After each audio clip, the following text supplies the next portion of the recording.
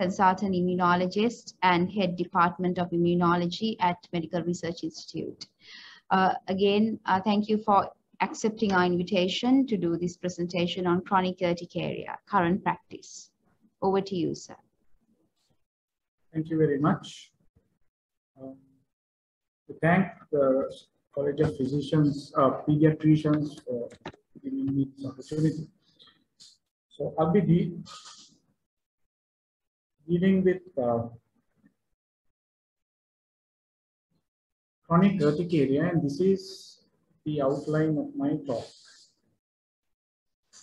So initially, if someone has urticaria, the first thing would be to differentiate between acute and chronic.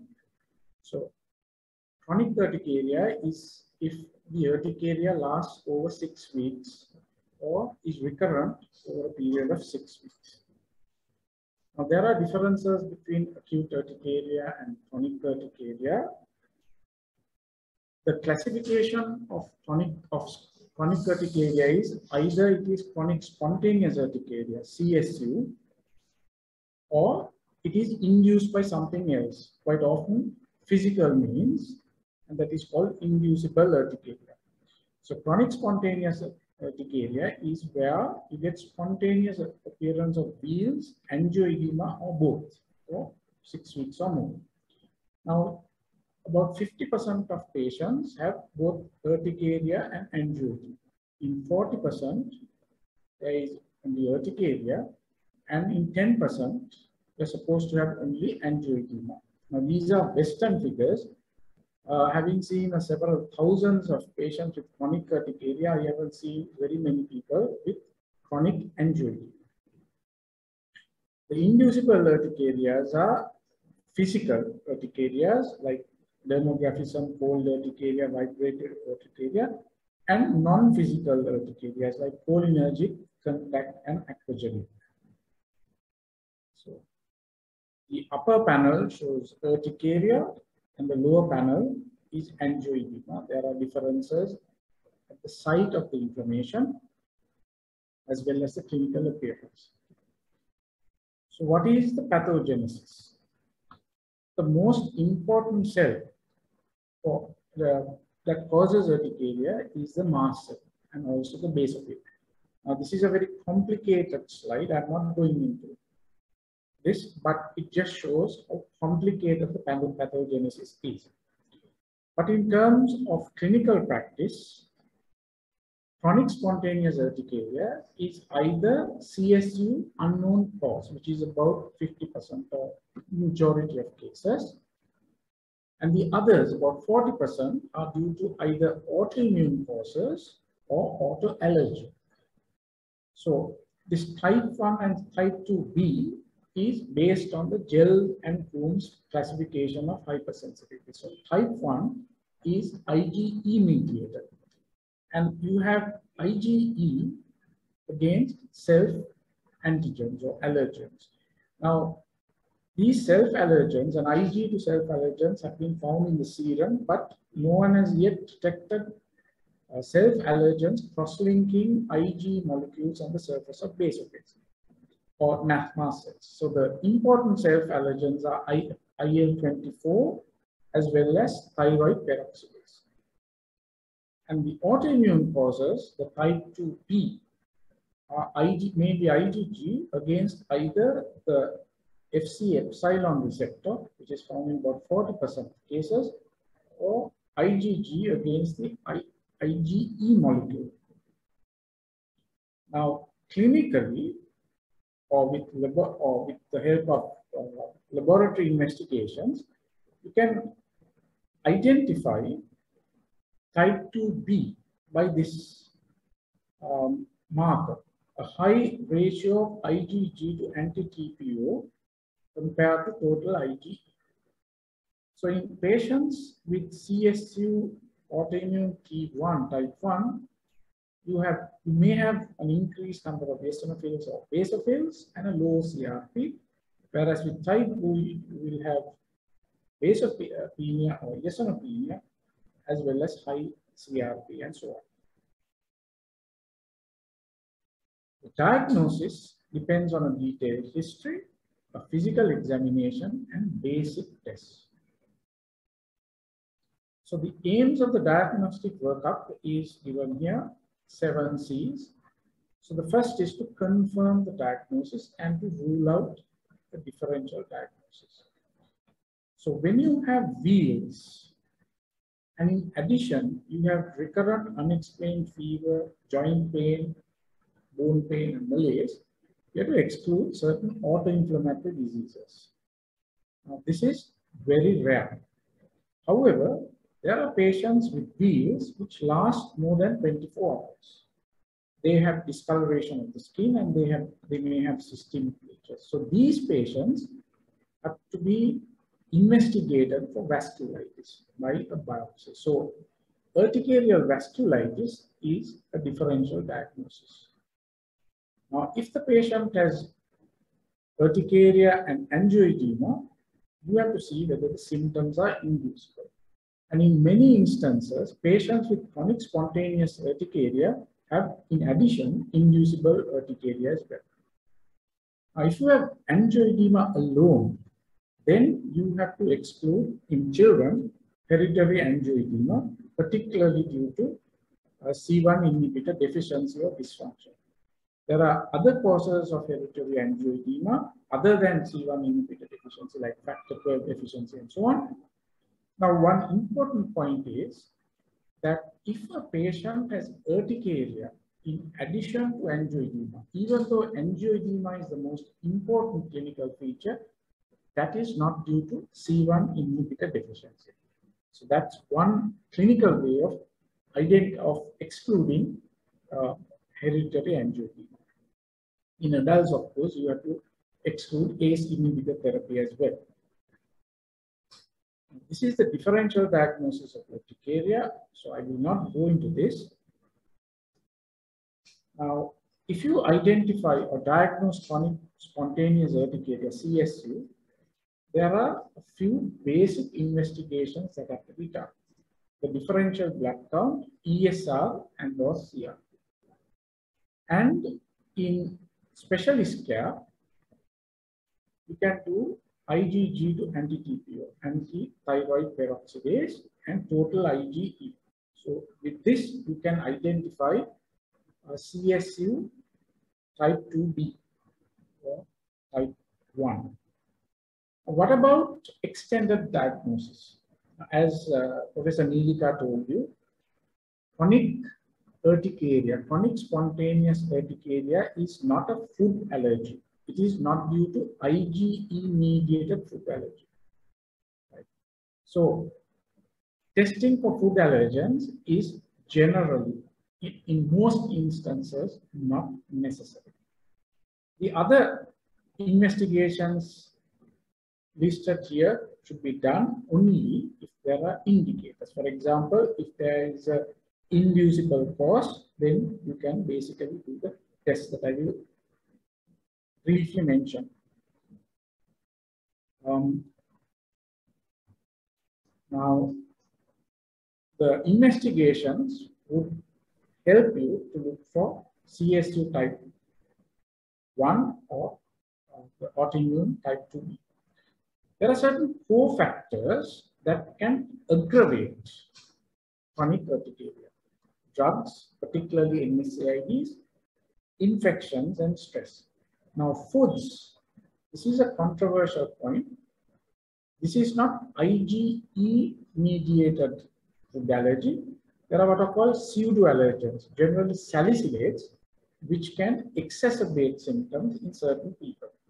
And in Sri Lanka, things like acharu, pineapple, tomato, they can exacerbate chronic urticaria. And the use of pseudo-allergen-free diets in the management is controversial. And basically, in the Sri Lankan context, it is almost impossible to maintain. There are comorbidities. I will mention that when I talk about CSU in children.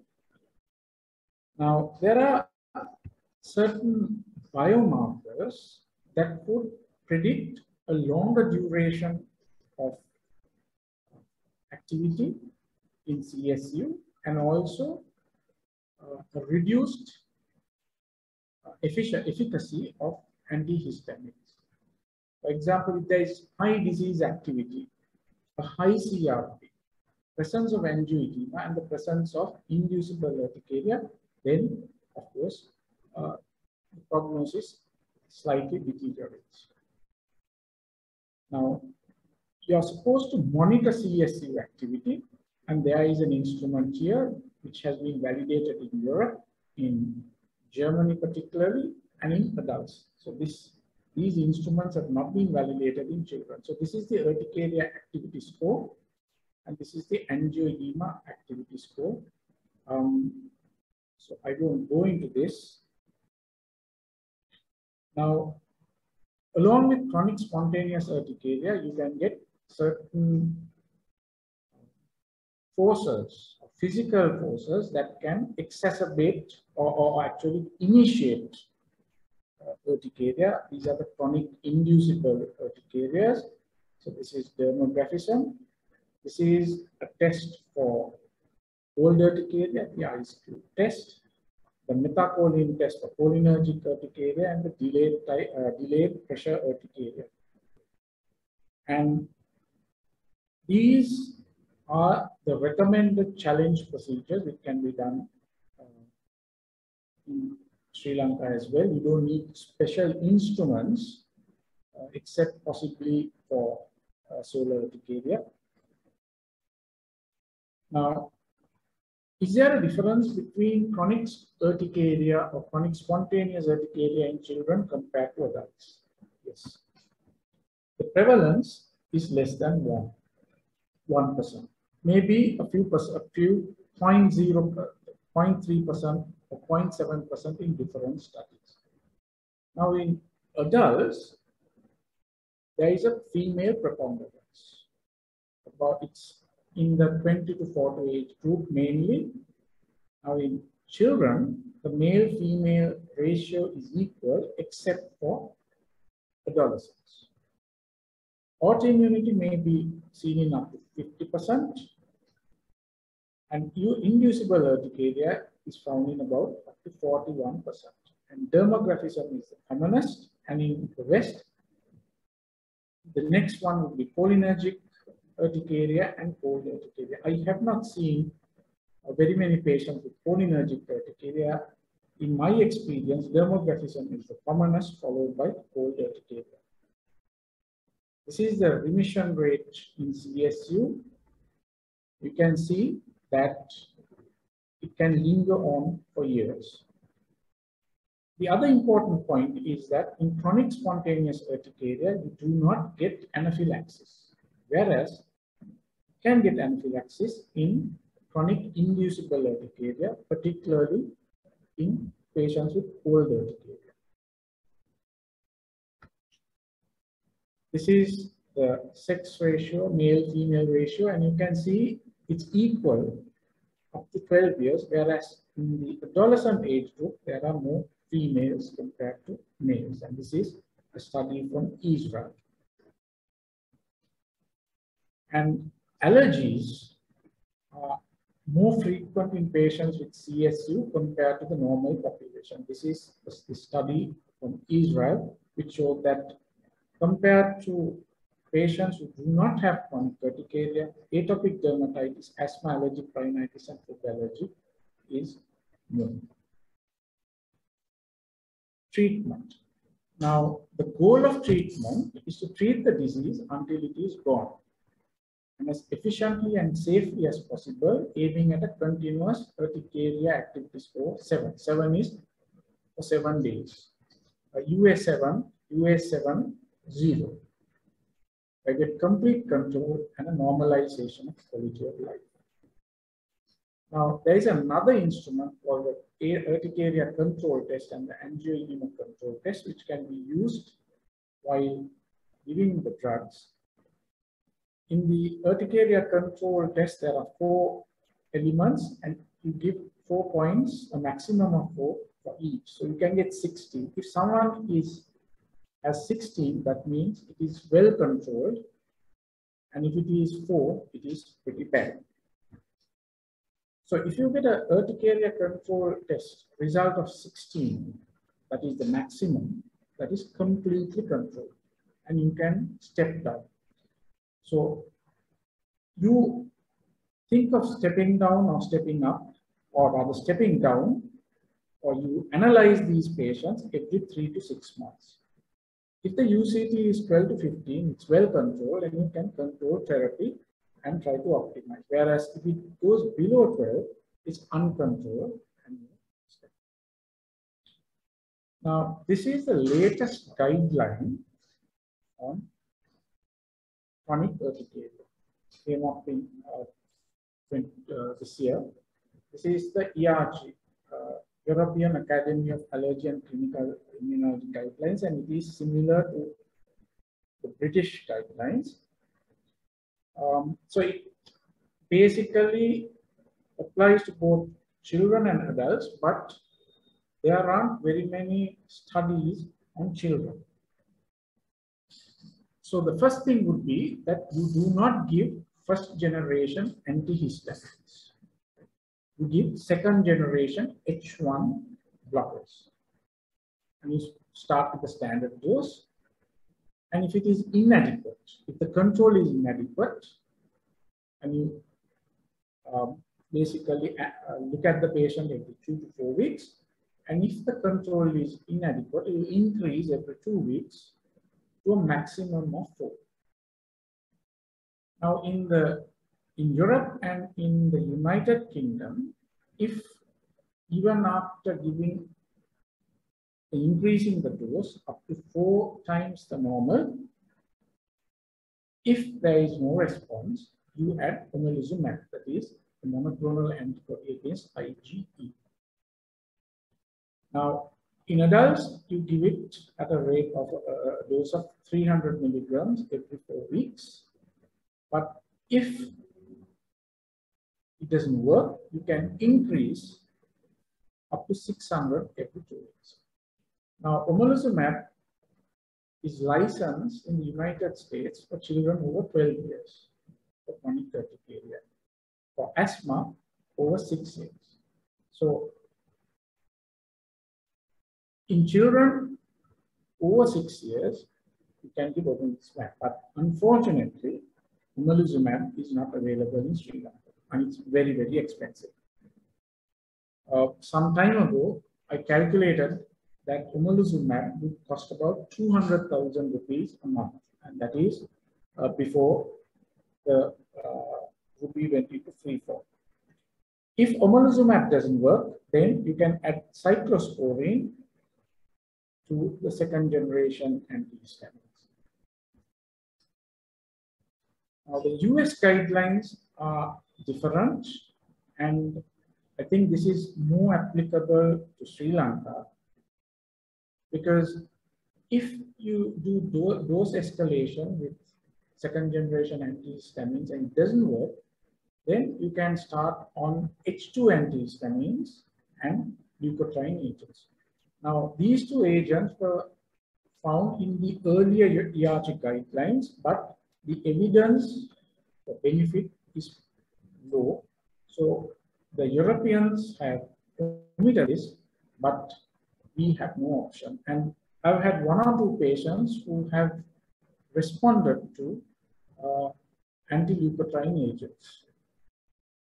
Long-term steroids are not advocated in patients with chronic urticaria. The short-term course of oral glucocorticoids, maybe for 6 days, to restore control may be given if needed. Now, if this doesn't work, then step 3 is a biological agent, omalizumab and cyclosporine. Now, cyclosporine, there are no side effects, and the efficacy is much less compared to omalizumab. And there are a number of alternate agents which can be used, but there is no evidence for its use. Now, this is a guideline from the United States on CSU in children. And this is something that we can use in Sri Lanka. So once again, second generation antihistamines. And if it doesn't work, you escalate up to 4 times the daily recommended dose. Having said that, there aren't many studies on dose escalation in children.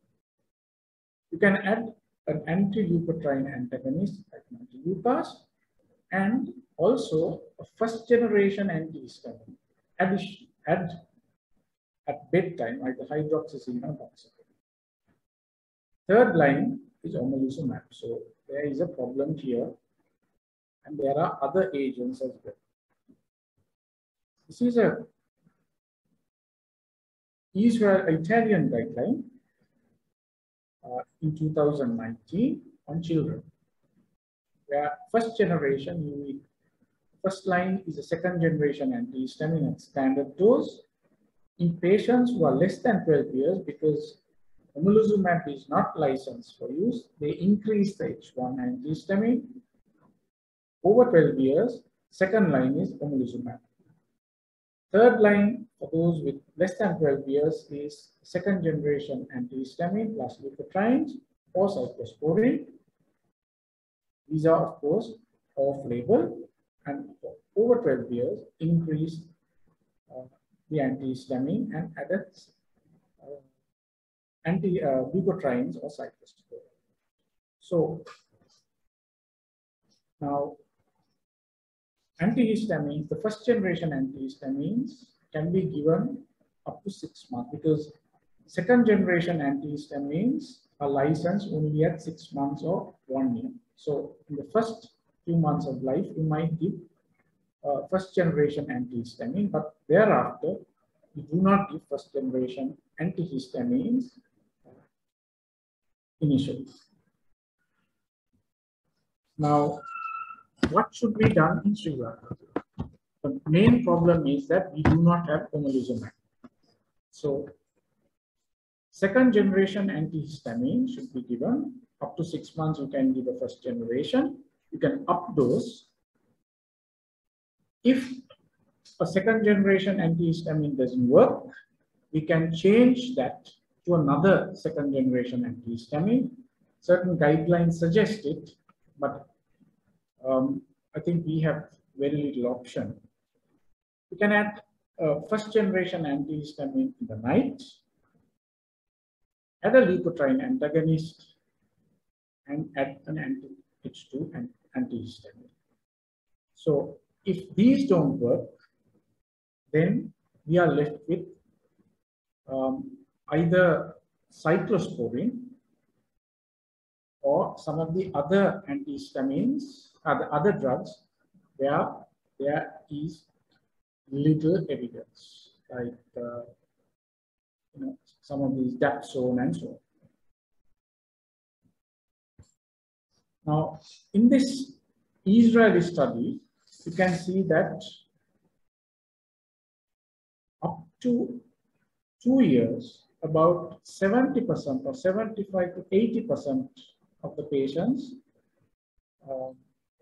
recovered, whereas about 15% went on for more than 2 years.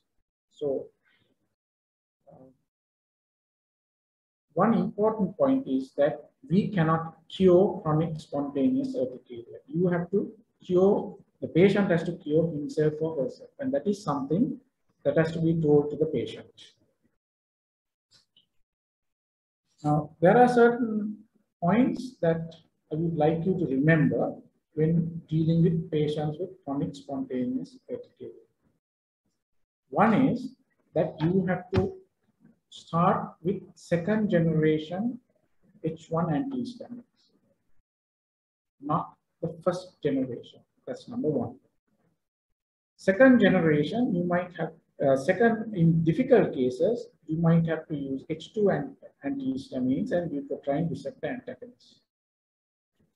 Omalizumab is effective for antihistamine resistant chronic urticaria, but there are problems in procuring it in this country.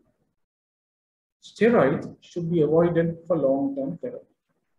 And one point that I would like clinicians dealing with patients with chronic spontaneous urticaria is that patients go from clinician to clinician, and each clinician sometimes starts with a steroid. So once they come to about the fourth clinician, they have been on about 1.5 or 1 month of steroids. So I think it's very important to see the treatments that were given to the patient by clinicians previously. So I've had patients, adult patients, who have become diabetic because they have been on steroids for about a year. And one other point is that patients know that steroids work. So when their symptoms exacerbate, they take steroids, and sometimes they take a long duration. So that is something that you have to look at when treating patients with chronic spontaneous urticaria. Thank you.